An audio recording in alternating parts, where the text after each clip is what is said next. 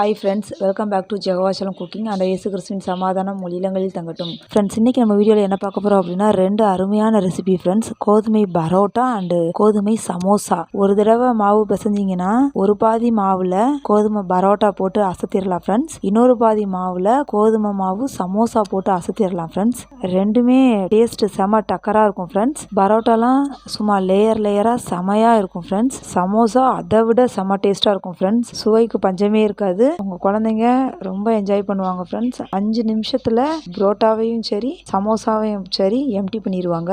அது மட்டும் இல்லை ஃப்ரெண்ட்ஸ், ரொம்ப ஆரோக்கியமானது, ரொம்ப சுவையானது. ஸோ இந்த வீடியோவை ஃபுல்லாக ஸ்கிப் பண்ணாமல் பார்த்துட்டு இதே ஸ்டைலில் நாளைக்கு சண்டே செஞ்சு அசத்துங்க ஃப்ரெண்ட்ஸ். வாங்க ஃப்ரெண்ட்ஸ், வீடியோக்குள்ளே போகலாம். வீடியோக்குள்ளே போகிறதுக்கு முன்னாடி அந்த ரெட் கலர் சப்ஸ்கிரைப் பட்டனை கிளிக் பண்ணி கூடவே இந்த பெல் ஐக்கானையும் கிளிக் பண்ணி ஆளுங்கிற ஆப்ஷனையும் ப்ரெஸ் பண்ணிக்கோங்க ஃப்ரெண்ட்ஸ். அப்போ தான் நான் போடுற வீடியோஸ் உங்களுக்கு கண்டினியூஸாக வந்துகிட்டே இருக்கும் ஃப்ரெண்ட்ஸ். வாங்க ஃப்ரெண்ட்ஸ், கோதுமை பரோட்டாவும் கோதுமை சமோசாவும் எப்படி பண்ணுறதுன்னு பார்க்கலாம். ஃபஸ்ட்டு எப்பயும் போல் கோதுமை மாவை எடுத்துக்கோங்க ஃப்ரெண்ட்ஸ். 1/2 கிலோ கோதுமை மாவை உப்பு போட்டு சப்பாத்திக்கு எப்படி பிசைகிறோமோ அதே மாதிரி பிசைஞ்சு எடுத்துக்கோங்க ஃப்ரெண்ட்ஸ். நல்லா அழுத்தம் கொடுத்து பிசைஞ்சுக்கோங்க. மாவை நல்லா பிசைஞ்சாச்சு. இதை ஒரு 1/2 மணி நேரத்துக்கு தொந்தரவு பண்ணாமல் விட்டுறலாம். மூடி வச்சுருவோம். இப்போ 1/2 மணி நேரம் ஆயிடுச்சு. இந்த மாவை 2ஆக பிரிச்சுக்கலாம். ஒரே மாவில் 2 ரெசிபி.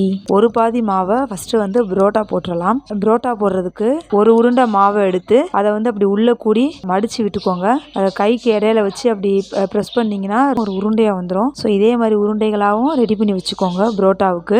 இப்போ புரோட்டாவுக்கு உருண்டைகள் ரெடி ஃப்ரெண்ட்ஸ். இப்போ பூரி பலகை எடுத்துக்கோங்க. அப்படி இல்லைன்னா பெரிய எவர்சல் வறுத்தட்டை இப்படி கீழே கவுத்தி போட்டுக்கோங்க. அதில் அந்த பரோட்டா உருண்டைகள் ரெடி பண்ணி வச்சுருந்தோம் இல்லையா, அதை போட்டு கைட்டே நல்லா மெல்லியதாக இப்படி அமுக்கி விட்டுக்கோங்க.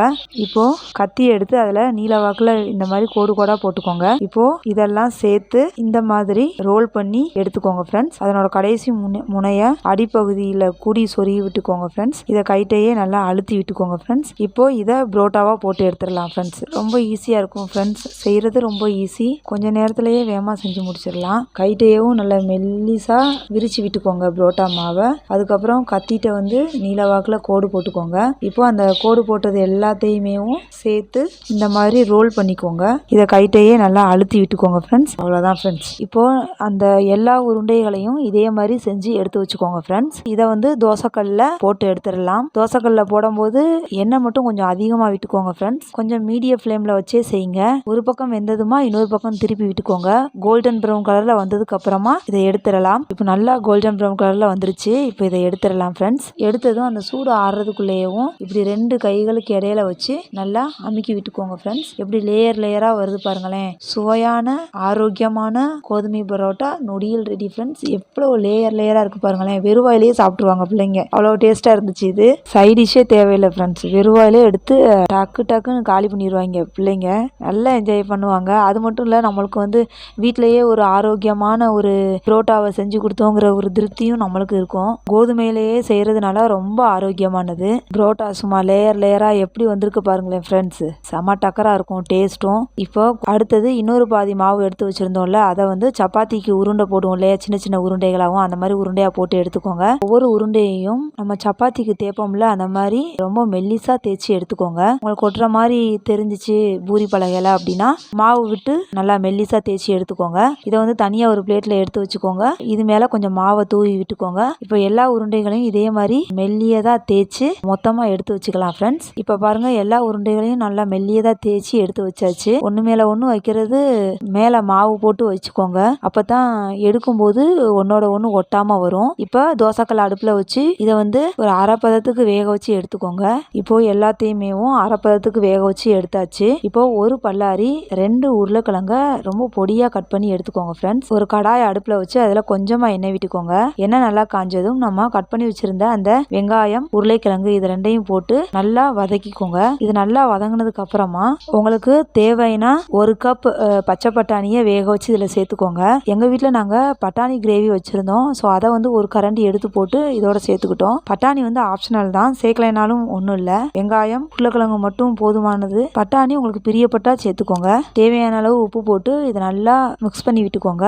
ஸோ இப்போ சமோசாவுக்கு உள்ளே வைக்கிற ஸ்டஃபிங் ரெடி. கொஞ்சமாக கோதுமை மாவை ஒரு கிண்ணத்தில் எடுத்து அதில் கொஞ்சமாக தண்ணி விட்டு இந்த மாதிரி பசை மாதிரி ரெடி பண்ணி வச்சுக்கோங்க.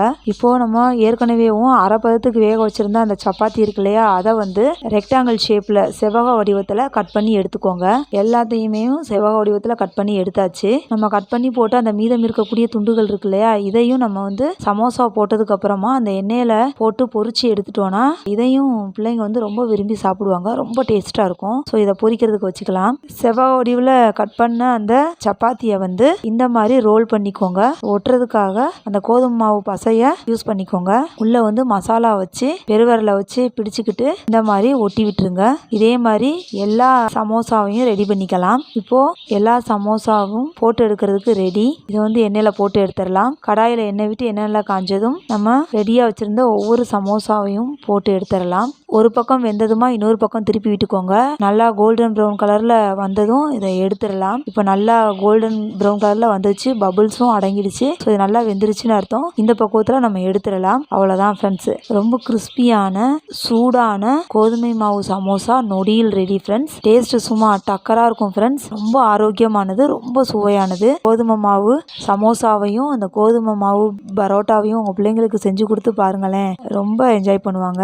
நொடியில் பிளேட்டு எம்டி ஆயிரும் ஃப்ரெண்ட்ஸ். ஓகே ஃப்ரெண்ட்ஸ், இந்த சுட சுட கோதுமை மாவு பரோட்டா ப்ளஸ் கோதுமை மாவு சமோசா இது ரெண்டையும் இன்னைக்கே செஞ்சு கொடுத்து அசத்துங்க ஃப்ரெண்ட்ஸ். இந்த வீடியோ உங்களுக்கு நிச்சயமாக பயனுள்ளதாக இருக்கும் ஃப்ரெண்ட்ஸ். இந்த வீடியோ பிடிச்சிருந்துச்சுன்னா லைக் பண்ணுங்கள், கமெண்ட் பண்ணுங்கள், ஷேர் பண்ணுங்கள். மறக்காமல் நம்ம ஜெகோவா ஷாலோம் குக்கிங் சேனலை சப்ஸ்கிரைப் பண்ணுங்கள் ஃப்ரெண்ட்ஸ். என்னோட கோலம் சேனல் நீங்கள் பார்க்கணுன்னா என்னோட ரங்கோலி பை சசிகலா ஃப்ரான்சிஸ் சேனலோட லிங்க் நான் டிஸ்கிரிப்ஷன் பாக்ஸில் கொடுத்துருக்கேன். அந்த சேனலுக்கு உங்களோட பேராதரவு தாங்க ஃப்ரெண்ட்ஸ். என்னோட வீடியோ கடைசி வரைக்கும் பார்த்ததுக்கு ரொம்ப நன்றி ஃப்ரெண்ட்ஸ். உங்களை நெக்ஸ்ட் வீடியோவில் மீட் பண்ணுறேன். பாய் அண்ட் டேக் கேர் ஃப்ரெண்ட்ஸ்.